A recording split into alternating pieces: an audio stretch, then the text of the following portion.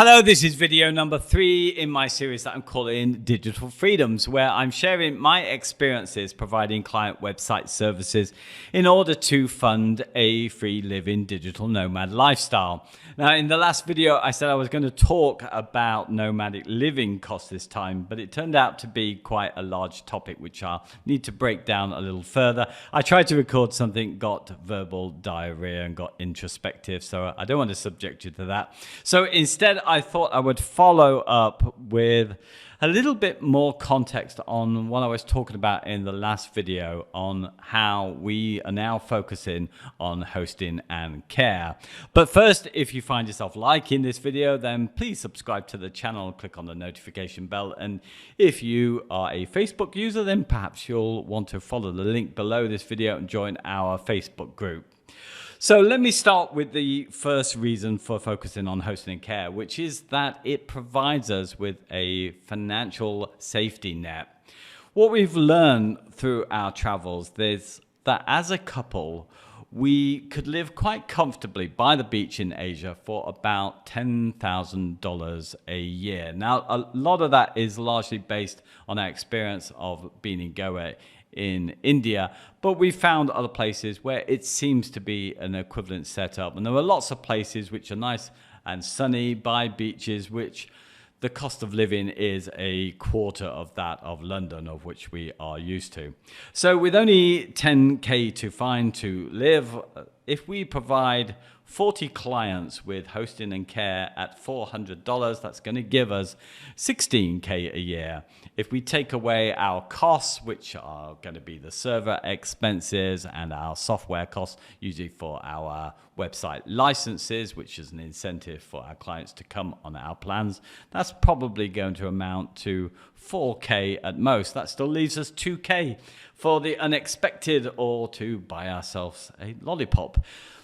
In reality, our living costs haven't been quite like that due to the kind of travel that we do. We'll spend up to 6 months of our year traveling around to different countries on a lot of flights going to the West.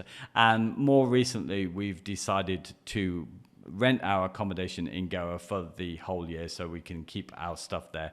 So we are going to be doubling up on our accommodation costs, and we've often done that before. In fact, even tripled at some points when we've met up with some family members as well. So we are spending more, but we don't need to. And with a bit of local knowledge, I think 10K, it will get you a spacious, clean one-bedroom flat near to the beach. You'll be able to run a scooter, as we do, to take you to the beach and to the shops. And you mostly won't need to cook because you'll be able to afford the food that's outside. That's what we've pretty much found. And it is based on the idea that we would spend more time in the same place and not do so many flights. But I would be quite happy sitting out on our little balcony looking at nature and going down to the beach each day. So no hardship there. The second thing is the working hours. This is another reason for focusing on this. As I mentioned before, you know, the ideal is a kind of passive income. I think this gets pretty close. From my calculations, based on running approximately 40 to 60 sites, you would spend about 15 minutes a day just doing some updates. That's 91 hours. I found that it's approximately an hour on fixes for clients and just monthly checks there. That's 12 hours per annum. I've allowed some time for software changes that needed to be met. So I've allowed 4 days for that in a year. That's 30 hours. And I've also now allowed some time to make sure that we retain relationships with our existing customers and do unexpected gestures for them. So there's another 4 days, 30 hours in that. But that makes it 163 hours yearly, even if I've missed out some of the hours. It's not bad compared to normal available working hours. So based on 39 hours a week and 4 weeks of leave, that comes to 1,000 1,872 hours, and we're only talking about 163.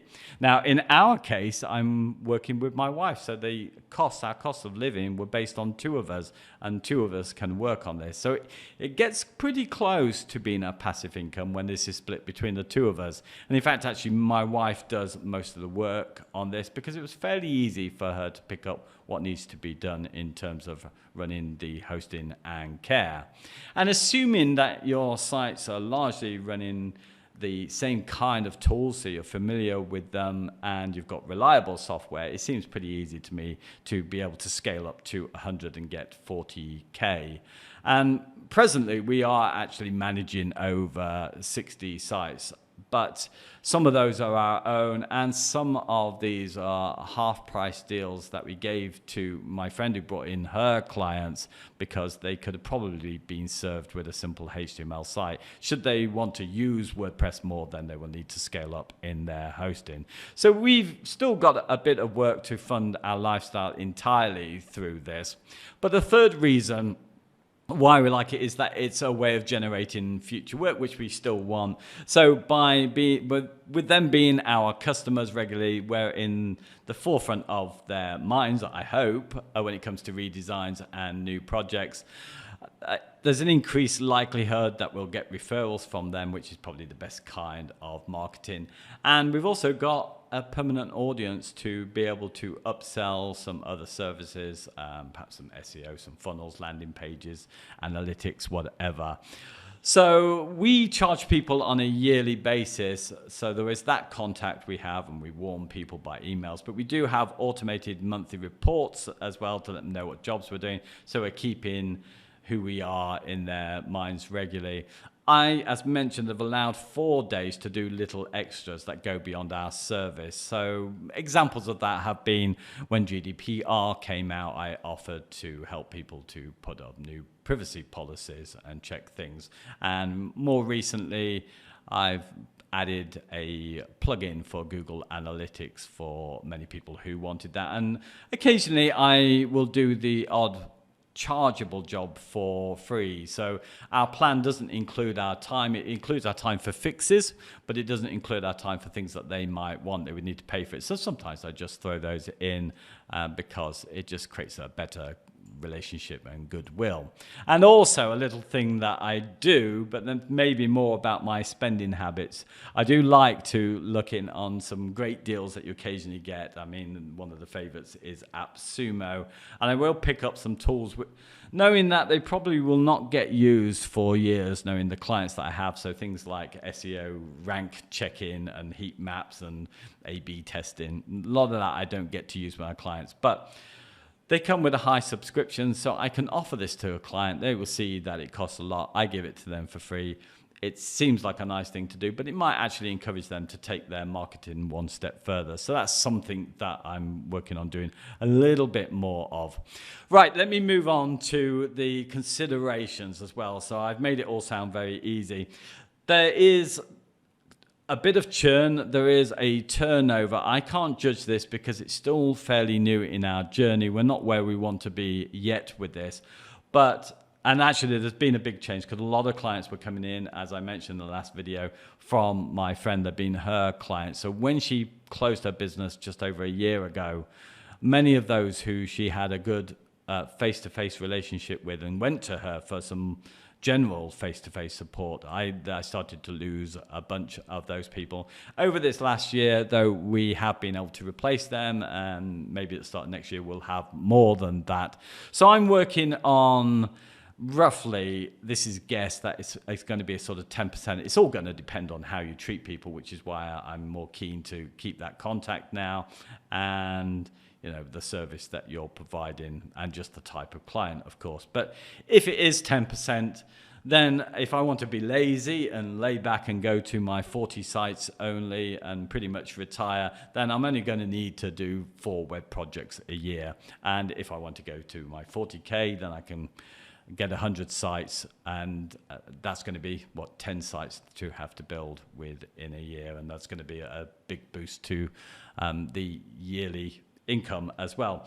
There is the other issue of increased supply costs, it's not something I suffered with. Obviously, we depend on the hosting companies, or it's the cloud hoster in my case, and the software that we're providing for the websites and whether they go up because they're incorporated in the plan. So far, that's not happened to me. In fact, we've gone into reverse. I use DigitalOcean, and a couple of years back, I think now they halved the cost of their server. So we actually gained instead of losing. And companies like Gravity Forms, who have increased after a long time the cost of their software for new people, they have grandfathered existing customers. So I think there is a tip if you're new to all of this, and something I had to learn along the way. In the early days of buying products and services, I would get carried away, as I see people do today, with the new buzz of a new popularity of a new product that seems to do so much more than the competitor, and the marketing is really good. Particularly these days, I see really aggressive marketing coming into the WordPress space. I think it's always worth, particularly if you need to have these long-standing relationships, to do a lot of research into who you're buying these services that you'll depend on better. Because I think, watch a few interviews, you can largely tell which type of person would never consider doing a bait and switch job, which you do see people offering too much for free and then changing the rules down the line. So I try and avoid those if you're providing this kind of service. Also, there's the consideration of disaster, so things like the servers going down, multiple sites getting hacked at the same time, and also technology changing, so what you're offering in terms of technology is no longer available. So mostly I feel I've had this covered. DigitalOcean has been a dream over 4 years. I don't think it's ever been down, apart from when I've did a cock up in the early days and brought the server down, but not them, and they do report when they're doing some changes. I've never seen it affect. I've never seen Uptime Robot, which is what we use, tell me that there's a problem, except when it's of my making or I'm changing something.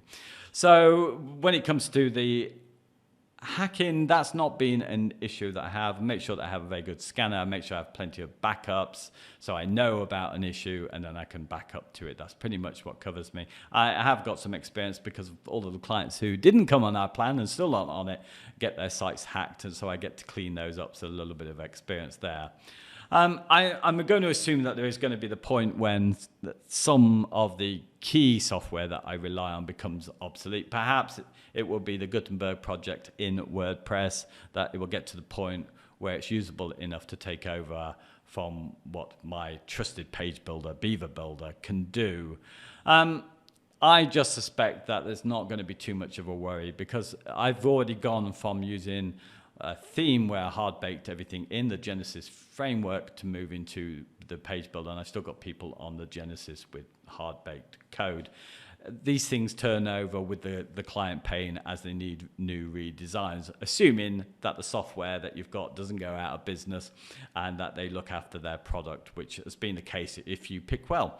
Finally, the last point I just want to make is about learning curve. Now, I so wish that when I started, there was easy to deploy cloud hosting so I could start this off and make money. So even those jobs I did for peanuts, even a few for free, I could do this as favors for people who trusted me to build something in the early days, but still make money out of it.